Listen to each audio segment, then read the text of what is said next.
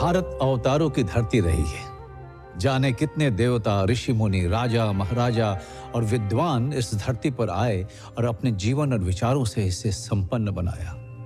लेकिन इस धरती पर चली आ रही ज्ञान, विज्ञान, धर्म और संस्कृति की धारा को मोड़ देने वाले वे पहले युग पुरुष हुए।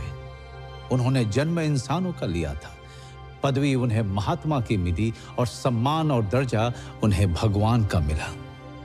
जी हाँ, सही समझे आप, मैं महात्मा बुद्ध की बात कर रहा हूं।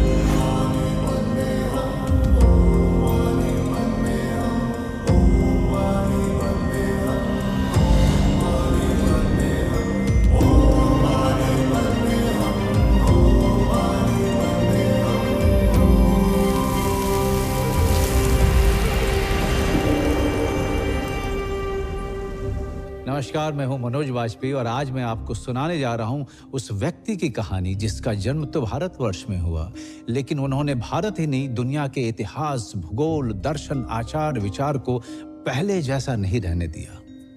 महात्मा बुद्ध ज्ञान और विचार की ऐसी मशाल बन के उभरे कि सिर्फ भारत तक सीमित नहीं रहे।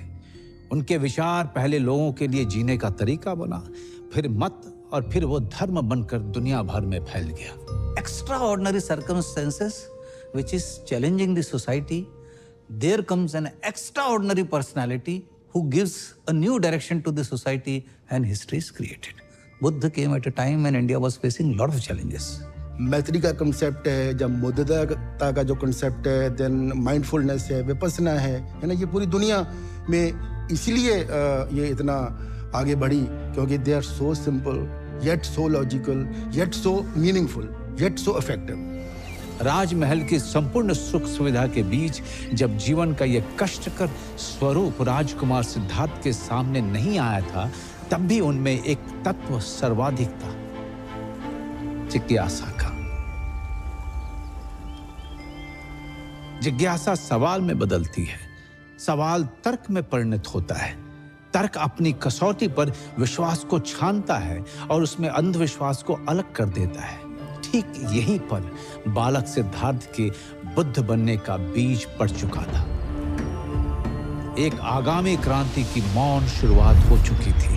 बुद्ध अपने समय के क्रांतिकारी थे और उनकी क्रांति इतनी बड़ी थी कि आज भी वो मनुष्यता को प्रभावित कर रहा है। बुद्धिस्ट फिलॉसफी इतनी लॉजिकल है और इतनी सटीक है, इतनी deep as well as intensive है, जो यूरोप की पोस्ट मॉडर्निज्म है, मॉडर्निज्म है, इनके साथ अगर कुछ मैं कंपेयर करूं तो मुझे नहीं लगता कि वो कहीं टिकती हैं। बुद्ध अपने घर से निकलने के बाद ज्ञान के लिए बहुत भटके, मगर उन्हें ज्ञान मिला भी तो कहाँ?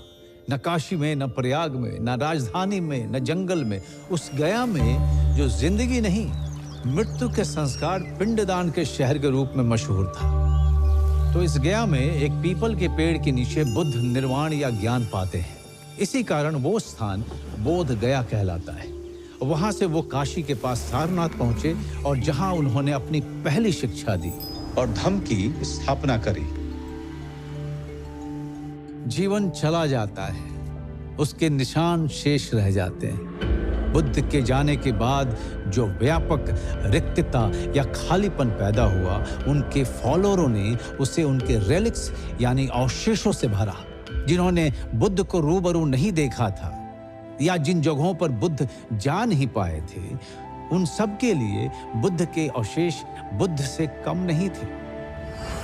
बुद्ध के 3 तरह के अवशेष मिलते हैं। पहला शारीरिक यानी बॉडीली रेलिक्स, इसमें बुद्ध के शरीर की राख या उनके बचे हुए अंग आते हैं। दूसरा पारिभौगिक यानी कॉन्टैक्ट रेलिक्स और तीसरा उद्देश्य या धम्म रेलिक्स।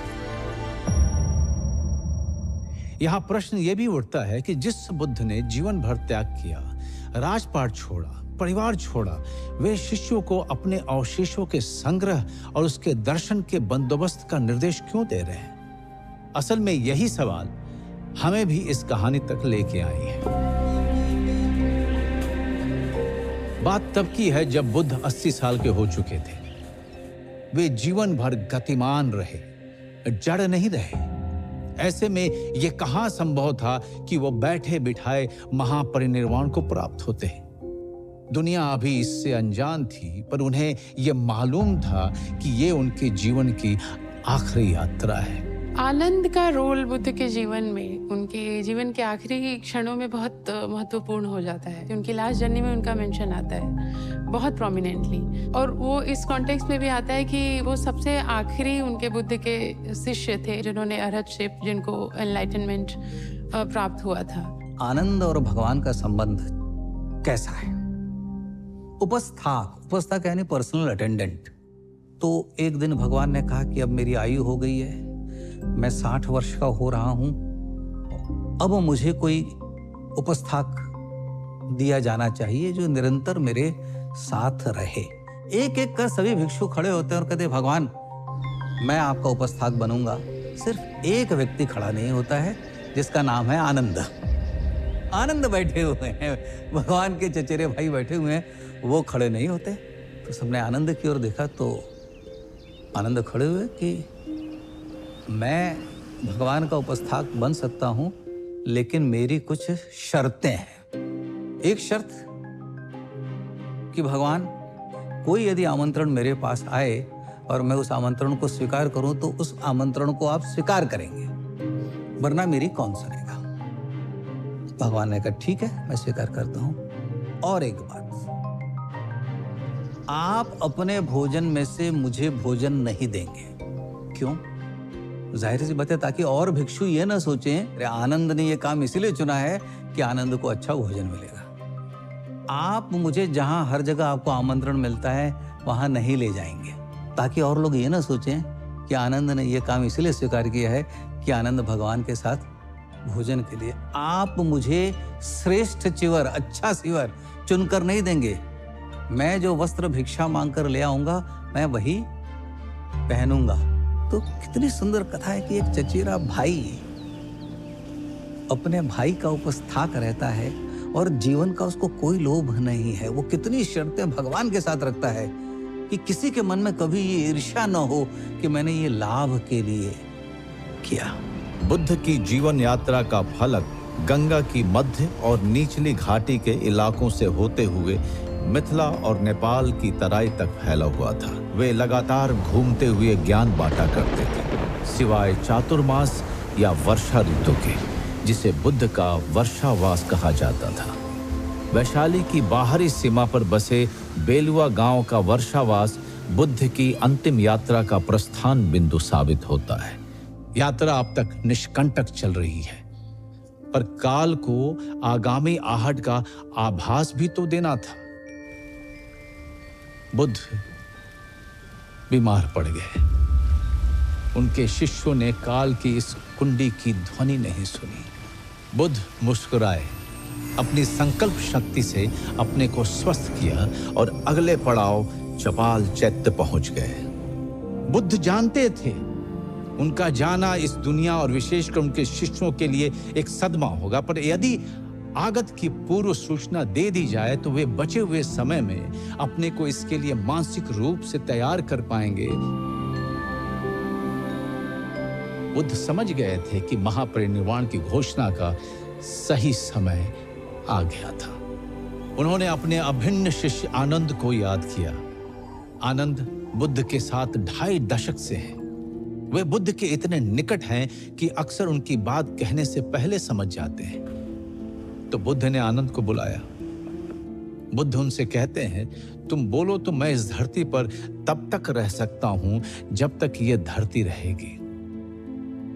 बुद्ध की बात बोलने से पहले समझ जाने वाला आनंद आज बोलने के बाद भी नहीं समझ पा रहे थे। यहां प्रश्न यह उठता है कि बुद्ध ने आनंद से ये बात क्यों कही, कि वो स्वयं कहते हैं बुद्ध कि मैं चाहूं तो अनंत काल तक जी सकता हूं।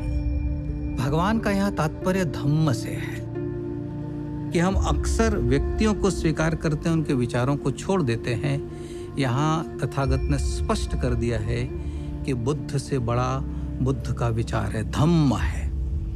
तो जिस अनंत काल तक की बात हो रही है वह धम्म के संदर्भ में हो रही है। आनंद उस बात को कम्प्रिहेंड नहीं कर पाते हैं और वो इग्नोरेंट रहते हैं। Buddha repeated this for 3 times. But Ananda did not say anything in favor of Gautam Buddha to continue till the end of this world. Buddha अपना सवाल दोहराते हैं, तिहराते हैं, पर आनंद की तंत्रा नहीं टूटती है। बुद्ध उन्हें मुस्कुराते हुए बाहर भेज देते हैं। यह समय इस यात्रा के लिए अगला कदम उठाने का था। बुद्ध अपनी गुफा में साधनारत हो जाते हैं। उन्हें महापरिनिर्वाण का निर्णय लेना है, लेकिन उन्हें इस जगत की भी चिंता करनी है। साधना के बीच महापरिनिर्वाण के हाँ ना का तर्क वितर्क चल रहा है और यहाँ आता है बुद्ध का बहुत पुराना साथी मारा।